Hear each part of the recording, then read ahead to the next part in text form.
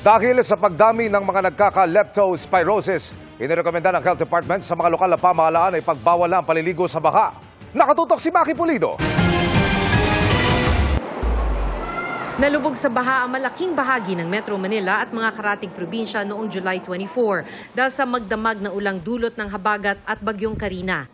May mga isinakay sa mga bangka para makalikas at meron ding lumusong sa mataas na baha.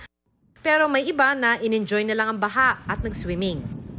Ganyan din ang karaniwang sitwasyon sa Maria Clara Street, Quezon City, na agad binabaha basta't bumuhos ang malakas na ulan. Tuhod pa lang yung tubig.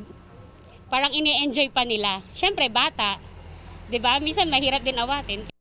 Si Health Secretary Ted Herbosa inirekomenda na magpasa ng ordinansa ang mga LGU para ipagbawal ang pag-swimming sa baha, lalo na ngayong tumataas ang mga kaso ng leptospirosis. Sa datos ng DOH, nagkaroon ng 255 na bagong leptospirosis cases. Mula July 21 to August 3, mas mataas ng 17% kumpara sa nakalipas na 2 linggo.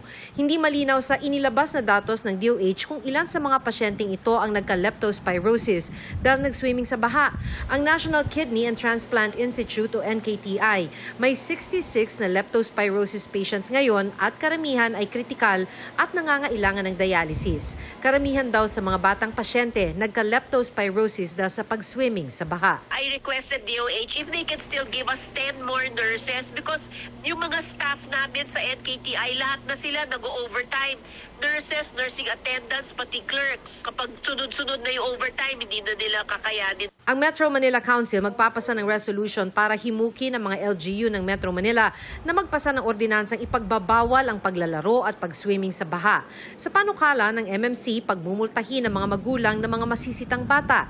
Si San Juan Mayor Francis Zamora na siyang MMC chairperson, isi-certify as urgent daw ang panukalang ordinansa para maipatupad na ito sa kanilang syudad. Sa kabataan, hindi natin pwedeng pagmultahin sapagkat minor de edad sila, ay ang responsibilidad po ay ipapataw natin sa mga magulang. Sa circular ng DILG na magre-rekomendang magpasa ng ordinansa ang mga LGU sa buong bansa, community service, ang parusang ipapanukala ni DILG Secretary Benher Abalos. The following day, tumulo ka sa paglilinis ng mga basura na dinulot ng baha, etc. Kaysa pera. Hindi pabor si Pichi De Leon ng Quezon City Disaster Risk Reduction Management Office. Mahirap naman daw kung nabiktima na nga ng baha, pagmumultahin pa. How will they pay if talagang nabaha sila?